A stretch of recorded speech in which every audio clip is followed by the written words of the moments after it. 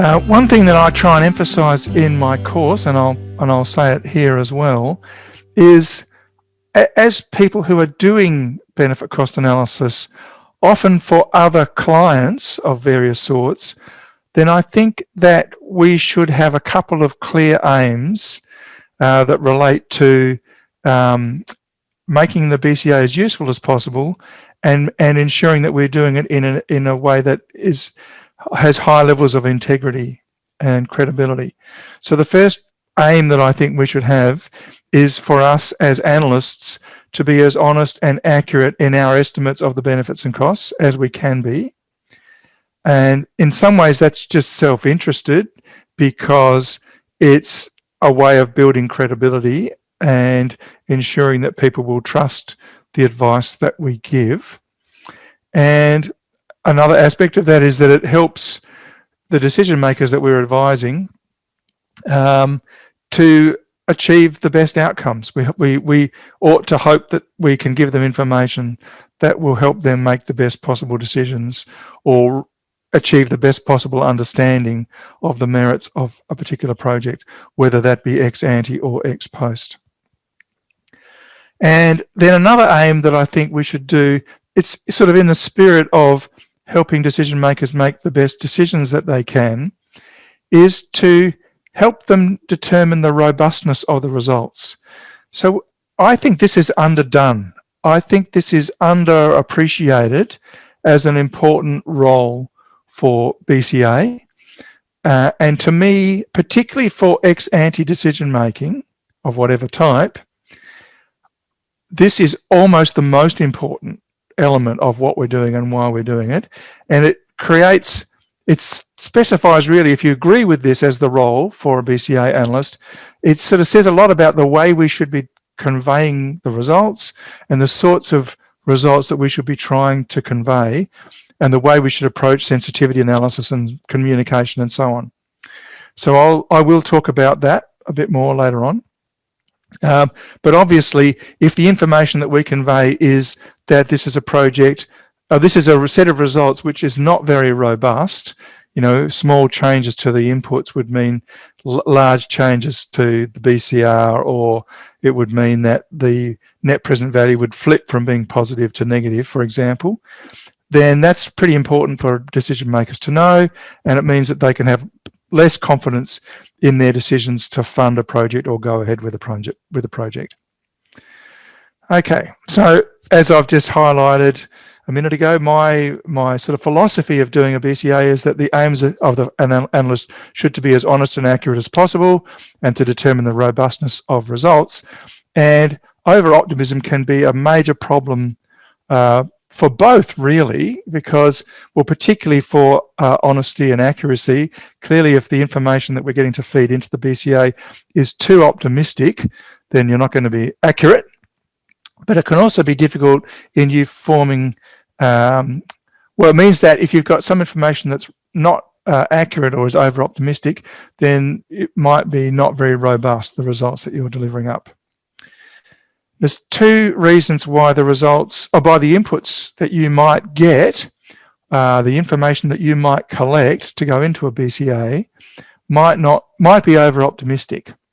So I guess I should comment here that I'm talking about information that you're collecting that's probably less likely to be from hardcore quantitative data, right? So I'm not so much talking about information that might be from a database which has got observations that have been collected, and so it's relatively rigorous, relatively objective. I'm probably more referring here to information that is more subjective. It might be information that you're forming judgments about, or that you're collecting from the client organisation, or that you're consulting stakeholders, or maybe even experts, right? And inevitably, when you're doing a benefit cost analysis, there is some aspects that you're probably going to need to collect from those less quantitative, less objective sources. Just pause for a moment and say something I was going to say at the start, which is to observe that BCA goes everywhere. BCA is an incredible microcosm or macrocosm, really, of the whole of economics. There's just almost nothing in economics that doesn't get drawn on at some stage in some benefit cost analyses. It goes into risk, it goes into behavior, it goes into values, it goes into markets, it goes into non-market values. It just goes everywhere. And so a lot that's inevitably going to mean that you will often not find hardcore, objective, quantitative information to feed into your BCA. And so that's why you're going to be talking to experts or stakeholders or the client organisation to try and fill knowledge gaps. And then over-optimism about the numbers can be a problem. There are two different flavours of over-optimism. There can be strategic, self-serving over-optimism, where the person who's giving you inaccurate information knows that it's inaccurate and they're doing it because they're trying to promote a pet project. Or they may not even admit to themselves that it's inaccurate, but within their brain, they're trying to make sure that a particular project gets up. But then there's unintentional over-optimism, and that's the more tricky and more insidious version of it, but it's just as common, and it may be even more common. It's recognised as a sort of one of the biases in behavioural economics. If you've read Daniel Kahneman's book, Thinking Fast and Slow, he refers to it as the planning fallacy. I had sort of twigged that it was a big issue before I ever read that, and but the planning fallacy is a good name for it. So what this says is that people who are developing a project are quite likely to overestimate the benefits, underestimate the costs, and ignore the risks of project failure. And it seems to be that this is a psychological feature of human beings. Once they get hooked into a project, get some sort of connection to it, some stake in it, some enthusiasm about the project, then you're quite likely to get this planning fallacy to happen. And really interestingly, one of the comments that Daniel Kahneman made in his book is that it can happen to people even if they are aware that the planning fallacy is a risk. He gave an example of a situation for himself where he obviously was aware of it, but he was involved in developing a project, and at some point he got somewhere into the planning process and suddenly thought, oh my God, I've fallen for it again. I've suddenly realized that I'm overestimating all these benefits and underestimating the costs. What a dunce I am. And so really he highlighted how difficult it is to avoid even if you know about it. He gave a couple of really great examples. And I'll just present them because they're so interesting and such fun. So here's one. A 2005 study examined rail projects undertaken worldwide between 1969 and 1998. On average, planners overestimated passenger numbers by 106%, and the average cost overrun was 45%. Okay, so that was one brilliant example. And he also observed that as evidence accumulated over time, right, that's a long time, right? That's 30 years of collecting evidence about how successful rail projects are going to be. But he noticed that as evidence accumulated about the fact that they were always overestimating benefits and underestimating costs, the planners did not get any more accurate. And here's another one. This is even more extreme. This is in 1997. The Scottish Parliament building was agreed that it would be built at an estimated cost of £40 million. A couple of years later, they had to increase the budget to £109 million. So there's already quite a big missing the mark in their initial estimate. A year later, they had to almost double it again to £195 million. A year later, it had gone up again by another £50 million, and they said, okay, we've finally learned our lesson. This is the final estimate. It's going to be £241 million. A year later, it had risen to £295 million. A year later, it had risen to 376, and finally, the actual final cost was £431 million. Factor of 10. factor of 11. So that really highlights. Now, I don't know what was going on there, why they were so wildly out, to what extent that was planning fallacy versus strategic understatement of costs. It was probably a bit of both, but it shows that this is a huge issue. Okay. Now, so when I review BCAs, and I've reviewed a lot of BCAs, I often find over-optimism. And I find that it tends to happen in multiple places. There's a bit of an exaggeration about adoption, and there's a bit of an understatement of costs or an ignoring of certain types of costs. And there's a bit of optimism about how big the benefits will be. And when you've got that happening in multiple places, depending on where it occurs, it can actually compound. The problem can be sort of multiplicative in nature. And so at one stage I sort of made an estimate. I'd sort of reviewed a bunch of 10 or 15 projects in quick succession, and then went back and said, well, how much of an exaggeration was the initial BCR compared to the version that we ended up with after people had responded to my review comments? And it was about 5 or 10 times. So the BCR was about 5 to 10 times bigger in the initial version than in the final version. It's a big issue. So what can we do about this? Well, we need a multi-pronged strategy. There isn't really one simple way of dealing with this issue. And you need to sort of sprinkle them throughout the BCA process. Oh, I've said some have already been raised. Well, that's in the course. They haven't all been raised today. So let's think about what some of those issues might be. So one issue is very clear thinking about with versus without. You need to have a very well-defined without project scenario, and not just assume that the without project scenario equals the before project scenario, because the world often changes in the without project scenario. And particularly in cases where the world would have got better even without the project, then that's a recipe for exaggerating the benefits if that's not recognised.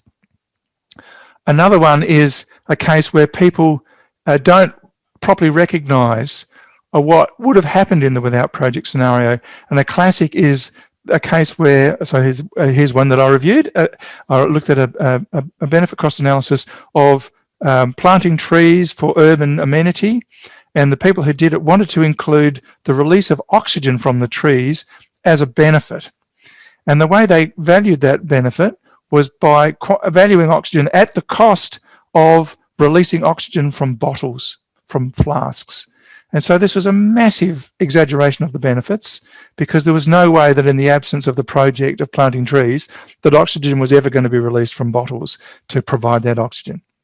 So, right, so be very clear about the without project scenario.